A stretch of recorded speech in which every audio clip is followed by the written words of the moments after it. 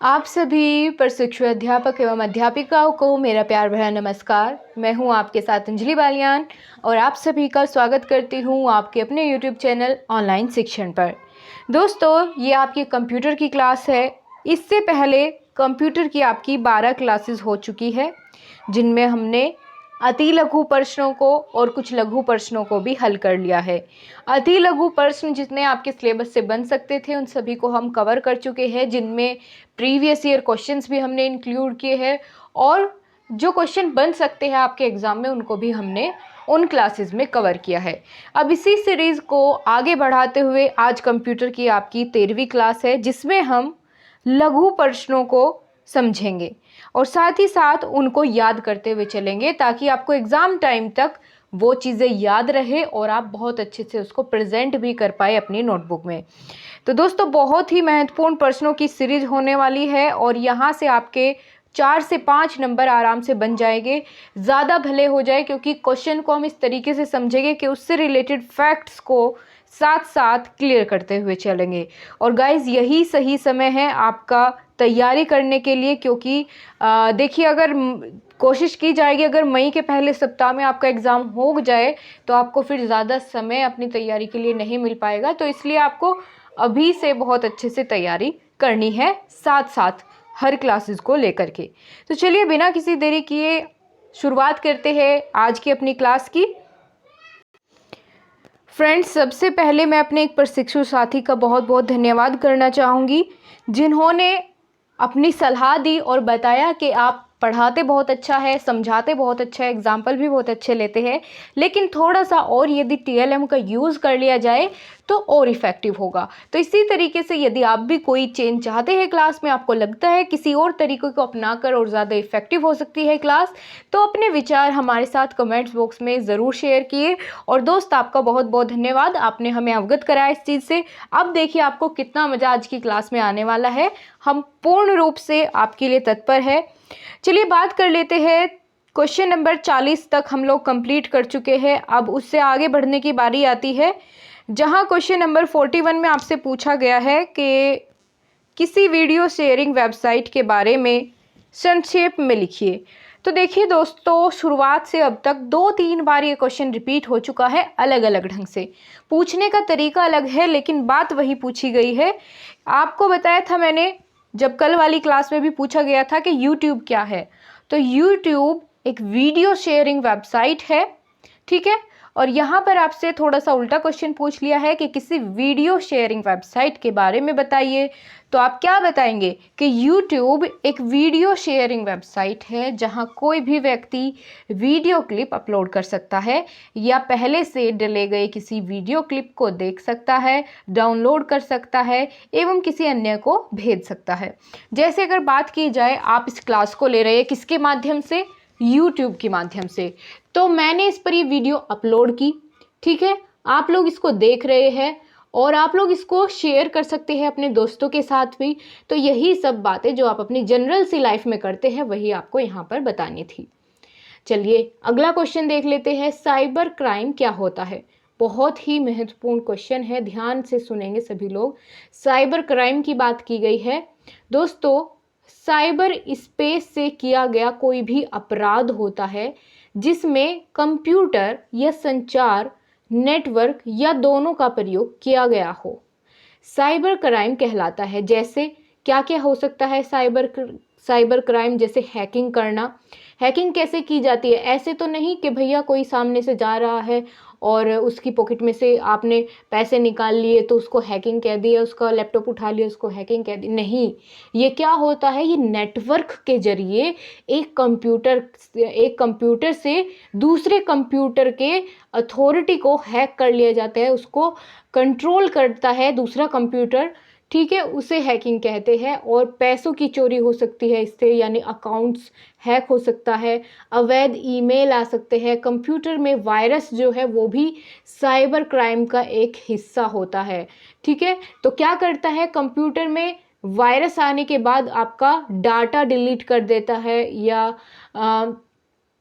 और क्या कर सकता है, आपका डाटा चोरी कर सकता है वायरस। तो इसीलिए इनके लिए एंटीवायरस बनाया जाता है। और बहुत सारी नए नए सॉफ्टवेयर्स आ रहे हैं जिससे कंप्यूटर लैपटॉप को हैकिंग से बचाया जा सकता है। ठीक है, तो यहाँ पर बात की गई थी साइबर क्राइम क्या होता है, वो आप लोग समझ गए हैं। किसी भी कि वह अपराध जो स्पेस से किया जाता है, यानी साइबर स्पेस से किया गया हो, और जिसमें कंप्यूटर या नेटवर्क दोनों का प्रयोग करके हैकिंग या इनमें से कोई भी आप कह सकते हैं क्राइम किया जाता है, उसी को ही साइबर क्राइम कह देते हैं। क्लियर हो गया। अब जैसे आपके लिए अगला क्वेश्चन है, चलिए आगे बात कर लेते हैं। कंप्यूटर आधारित शिक्षण तथा सूचना सामग्री का वर्णन कीजिए कि भाई कंप्यूटर आधारित शिक्षण कैसा होता है और सूचना सामग्री का वर्णन आपको करना है। या फिर ऐसे भी बोल सकते हैं कि शिक्षा के क्षेत्र में कंप्यूटर का उपयोग बताइए। चलिए बात कर लेते हैं कंप्यूटर के बारे में। तो कंप्यूटर का उपयोग आप लोग कहाँ कहाँ और कैसे कर सकते हैं, यहाँ पर आपको कंप्यूटर का यूज़ बताना है। देखिए गाइस, अगर बात की जाए, सबसे पहले स्कूल्स में कंप्यूटर का यूज़ किया जाता है बच्चों को सिखाने के लिए, और उसमें आपको थोड़ा सा बेसिक नॉलेज देने के लिए कंप्यूटर की कैसे कैलकुलेशन करनी है, कैसे उसके ऐप्स का यूज़ करना है, ठीक है, कैसे आप उसमें पेंट कर सकते हैं। ये छोटी छोटी बातें आपको स्कूल लेवल पर ही सिखा दी जाती है। किसी भी कंपनी में आप लोग यूज़ कर सकते हैं कंप्यूटर का डाटा रिकॉर्ड करने के लिए, ठीक है। और पूरी आप कह सकते हैं कि इंटरनेट पर कोई भी अपने प्रोडक्ट्स को सेल करने के लिए, ईमेल भेजने के लिए आप लोग यूज़ कर सकते हैं कंप्यूटर का। आप लोग बैंक्स में कंप्यूटर का यूज़ कर सकते हैं, कर सकते हैं नहीं, करते हैं। बैंक्स में यूज़ किया जाता है कंप्यूटर में सारी फाइनेंशियल टर्म्स को रिकॉर्ड करने के लिए। ऑफिस में यूज़ किया जाता है, रेलवे स्टेशन पर और एयरपोर्ट्स, इन सभी जगह पर कंप्यूटर का यूज़ होता है। और क्या मदद करता है, ये आपका सबसे पहले अगर पूछ ले जाए कि आपको कंप्यूटर यूज़ करने के आपको क्या बेनिफिट्स मिलते हैं, सबसे पहली और ज़रूरी बात यह है कि आपका टाइम बचता है। ठीक है, टाइम, बहुत कम टाइम में बहुत सारा काम आप कर सकते हैं। दूसरी बड़ी बात है कि आपका जो है एक्सपेंसेस बच जाते हैं। कैसे, अगर आप बात करें कि कैसे एक्सपेंसेस बचते हैं, कि कंप्यूटर तो इतना महंगा आता है और एक्सपेंसेस बचाने की बात कैसे होगी, तो देखिए, आपने कंप्यूटर ले लिया एक बार और आप उससे डाटा उस पर या एंट्री जो भी काम होता है सब कुछ आप उस पर कर रहे हैं साल भर तक या 4-5 साल तक, 7-8 साल तक, जब तक भी आप करना चाहें तो तब तक आप उस पर वर्क कर सकते हैं। लेकिन अगर मान लीजिए कि आपको कोई इन्फॉर्मेशन चाहिए, आप कंप्यूटर की हेल्प से उसको ईमेल के थ्रू अपने कंप्यूटर में मंगवा ले रहे हैं अपने पास। लेकिन अगर कंप्यूटर ना होता तो आप क्या करते, आप उसको डाक से मंगवाते तो आपके पैसे लगने वाले थे, स्पीड पोस्ट कराते, या फिर आप खुद जाकर उस लेटर को लेकर के आते। तो यानी इस तरीके से बहुत सारे खर्चे भी बचाता है, टाइम भी मैनेज करता है। और सबसे बड़ी बात है कि जहाँ 10 आदमियों का काम होता है वो अकेला कंप्यूटर कर लेता है। ठीक है, तो ये सभी बेनिफिट्स या यूज़ हुए कंप्यूटर्स के। आगे बढ़ते हैं। अगले क्वेश्चन में आपसे पूछा गया है दूरदर्शन का क्या महत्व है। दोस्तों, यहाँ अध्यापक को हटा दिया जाता है, यानी दूरदर्शन में आप अपनी मन मर्जी से देखते हैं बच्चे, और देखना पसंद करते हैं क्योंकि उसमें प्रभावशाली ढंग से प्रस्तुत की जाती है पाठ योजना जो भी आपको पढ़ाना होता है, किसी पोएम के माध्यम से या किसी कहानी के माध्यम से, चित्रों के माध्यम से टीएलएम का यूज़ करके उसमें चीज़ों को दर्शाया जाता है ताकि बच्चे उसकी ओर आकर्षित हो और अच्छे से उसको ध्यान से सुने।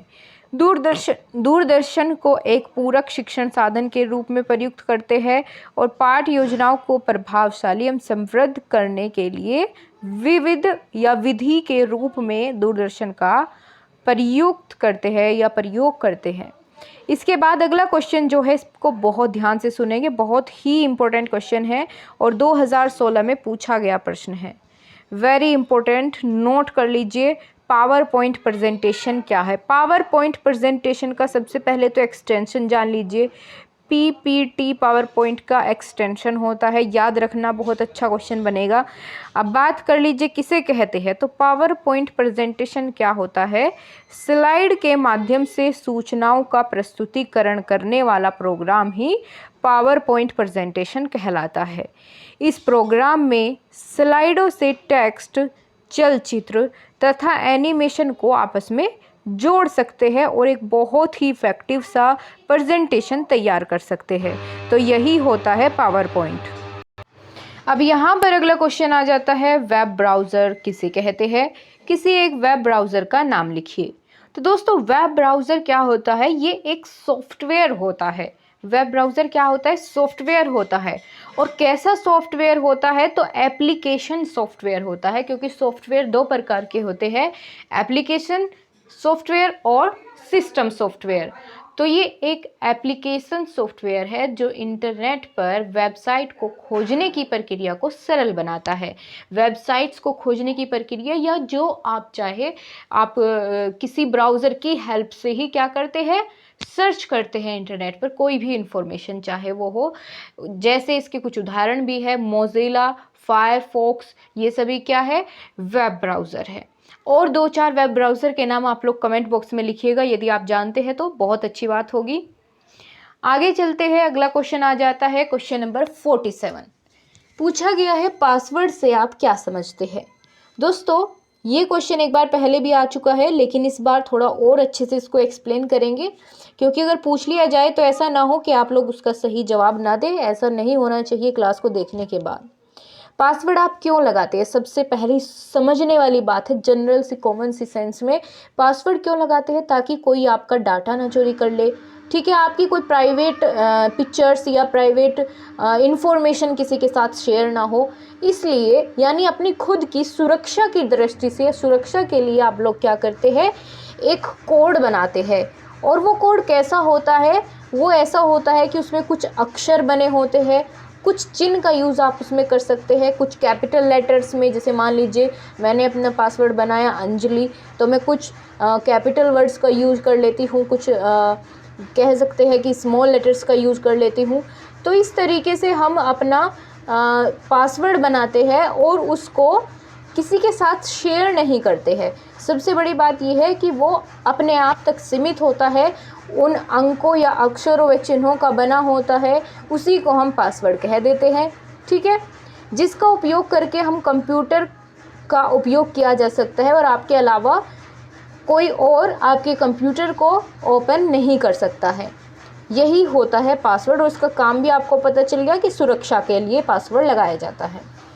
अगला क्वेश्चन है, बहुत ही इम्पोर्टेंट है और पूछने का ज़्यादा चांस भी है, क्योंकि इस बार तो लगभग सभी की स्मार्ट क्लासेस ही चल रही है।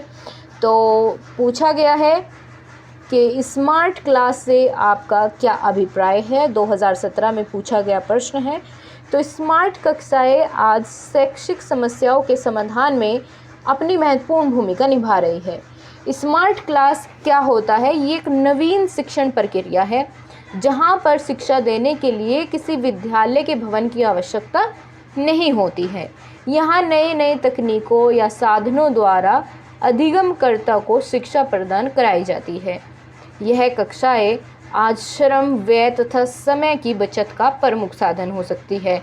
और इनके माध्यम क्या हो सकते हैं, अगर उसकी बात कर ली जाए, देखिए इन कक्षाओं में शिक्षा कैसे दी जाती है? ऑनलाइन दी जाती है। यानी जो आप क्लास देख रहे हैं ये भी एक स्मार्ट क्लास का ही एग्जाम्पल है। जो आप अभी कंप्यूटर की क्लास ले रहे हैं ये स्मार्ट क्लास का एग्जाम्पल है। तो आप किस माध्यम से इस क्लास को ले रहे हैं? अगर बात की जाए तो मोबाइल फ़ोन इसका माध्यम हो सकता है, और क्या हो सकता है, टेली कॉन्फ्रेंसिंग माध्यम हो सकता है, कंप्यूटर, इंटरनेट आदि, ये सभी कैसे होते हैं? माध्यम होते हैं। और ये व्यवस्था अत्यंत खर्चीली है। कुछ समय अगर देखा जाए कुछ केसेस में अत्यंत खर्चीली है, क्योंकि अगर मान लीजिए कि पेड कोर्स यदि मैं आपके लिए चलाऊं तो खर्चीली भी है आपके लिए, लेकिन यहाँ पर ऐसा कुछ नहीं है, आपके लिए फ्री क्लासेस सभी दी जा रही है। ठीक है, तो उनका लाभ उठाना आपकी जिम्मेदारी है। तो देखते हैं आप लोग कैसे यूज़ करते हैं इस अपॉर्चुनिटी का, कह सकते हैं आप इसको। ठीक है, तो ये आपको पता चल गया। अब इसी के साथ साथ एक और टर्म हम जानते हुए चलेंगे, डिजिटल ब्लैक बोर्ड या डिजिटल श्यामपट। डिजिटल श्यामपट क्या होता है, क्या आपने देखा है? देखिए जो बड़े बड़े यूट्यूब चैनल्स हैं, अगर मैं स्टडी यूट्यूब चैनल की करूँ जो पढ़ाई से संबंधित है, तो अभी हमारे पास नहीं है, लेकिन कुछ समय में आपके लिए सभी अरेंजमेंट्स किए जाएंगे जिनमें डिजिटल बोर्ड भी होगा। क्या होता है डिजिटल बोर्ड, आपको मैं दिखाऊंगी भी, लेकिन अभी बता देती हूँ पहले कि डिजिटल बोर्ड क्या होता है। एक एलईडी के टाइप एक बोर्ड होता है, उस पर एक पेन की हेल्प से उस पर लिखा जाता है, दीवार पर लटका हुआ एक पर्दा भी उसको आप बोल सकते हैं। उस पर जो भी लिखेंगे वो आपको आपके मोबाइल फ़ोन में दिखाई देगा, या वहाँ पर मतलब एक्चुअल में नहीं लिखा होता, लेकिन प्रेजेंट होता है कि जैसे वहाँ पर कुछ लिखा हुआ है। अभी मैं आपको दिखा देती हूँ कि कैसे, उससे आप बहुत अच्छे से, जैसा कि आप यहाँ पर इस पिक्चर में देख पा रहे हैं कि ये एक एलईडी है, ठीक है। एलईडी के जैसा ये बोर्ड होता है और इस पर आप ऑन द क्लिक यूज़ कर सकते हैं इसको। जैसे टच स्क्रीन मोबाइल होता है उसी तरीके से इसको यूज़ किया जाता है और आप इसमें बहुत ही इफ़ेक्टिव ढंग से चीज़ों को बहुत आसानी से सीख सकते हैं और बहुत ही इजी टू यूज़ होता है, अगर कह सके तो। ऑन द टिप्स सभी चीज़ें यहाँ पर मिल जाती है। आप कलर चाहे जो यूज़ कर सकते हैं, आप जो इन्फॉर्मेशन चाहे इस पर शो कर सकते हैं in the form of pictures या फिर लेटर्स की फॉर्म में, जो आप चाहे। तो यानी बहुत ही अच्छा एक ढंग होता है पाठ्य वस्तु को बच्चों के सामने प्रस्तुत करने का। इसे कहते हैं डिजिटल बोर्ड। ये एक इलेक्ट्रॉनिक आप कह सकते हैं मशीन है, ठीक है, बिजली से चलने वाली एक मशीन है। तो चलिए अब आगे बढ़ते हैं। अगले क्वेश्चन में आपसे पूछ लिया गया है कि वायरस कंप्यूटर पर क्या प्रभाव डालता है। देखिए, अगर किसी के लैपटॉप में कभी वायरस आया है आप लोगों में से, तो बहुत अच्छे से जानता है कि क्या प्रभाव डालता है। लेकिन जिसने नहीं अभी तक इसको एक्सपीरियंस किया है, देखिए आप समझ लीजिए, आपको पता चल जाएगा। यह फाइल को नष्ट कर सकता है या डाटा को मिटा सकता है और मेमोरी को भी नुकसान पहुंचा सकता है, ठीक है। अगर बात करें इसके सक्रिय होने से कंप्यूटर की जो गति होती है वो बहुत धीमी हो जाती है और कंप्यूटर बार बार हैंग होने लगता है, कुछ प्रोग्राम सही से नहीं चलते हैं। तो ये सब साइड इफ़ेक्ट्स होते हैं वायरस के कंप्यूटर में आने के। अब चलिए अगला क्वेश्चन है, बहुत ही महत्वपूर्ण है, प्रीवियस ईयर पेपर में पूछा गया है कि सूचना एवं संचार प्रौद्योगिकी ने विद्यार्थियों के जीवन को आसान बनाया है, समझाइए कि कैसे बनाया है। देखिए, इसमें अगर आप अपनी तरफ से भी लिखेंगे तो भी बहुत अच्छा आप लिख सकते हैं। कैसे कि प्रौद्योगिकी का मतलब मैं शुरुआत से आपको समझाती हुई आ रही हूँ, इस टर्म को देखकर ना चौंके। प्रौद्योगिकी का मतलब होता है टेक्नोलॉजी। तो कम्युनिकेशन में यानी सूचना का आदान प्रदान करने में विद्यार्थियों के जीवन में टेक्नोलॉजी किस तरीके से कारगर साबित हुई है, तो वो आपको यहाँ पर बताना है।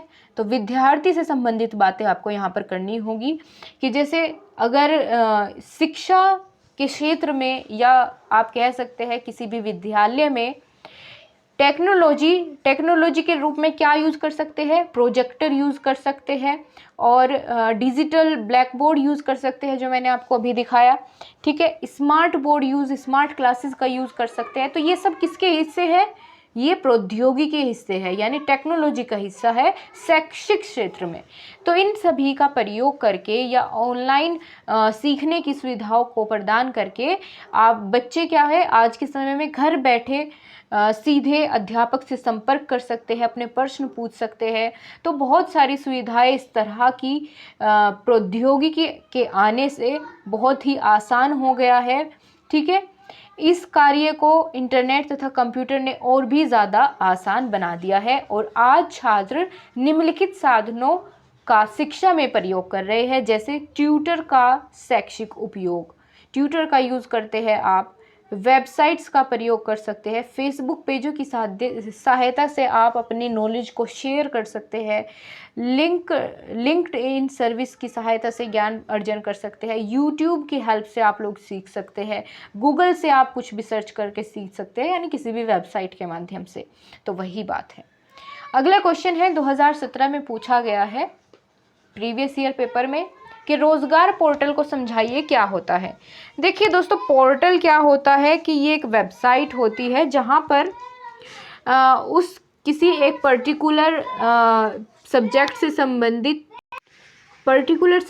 संबंधित नॉलेज प्रोवाइड की जाती है। जैसे यहाँ पर रोजगार पोर्टल की बात की गई है, तो सीधी बात है कि रोजगार संबंधित सभी जानकारी प्रदान करने वाली वेबसाइट ही क्या होती है, रोजगार पोर्टल होती है। जैसे जनसंख्या वृद्धि के कारण समाज में बेरोजगारों की संख्या अधिक बढ़ रही है, सभी लोगों को आसानी से रोजगार की प्राप्ति होना सुनिश्चित नहीं है, इसलिए कई कंपनियां अपने यहाँ कुछ विज्ञप्तियां निकालती है जिनका पूरा विवरण इन रोजगार पोर्टलों पर आप इनसे प्राप्त कर सकते हैं। यानी इन रोजगार पोर्टल वेबसाइट्स पर आपको किसकी जानकारी मिलती है?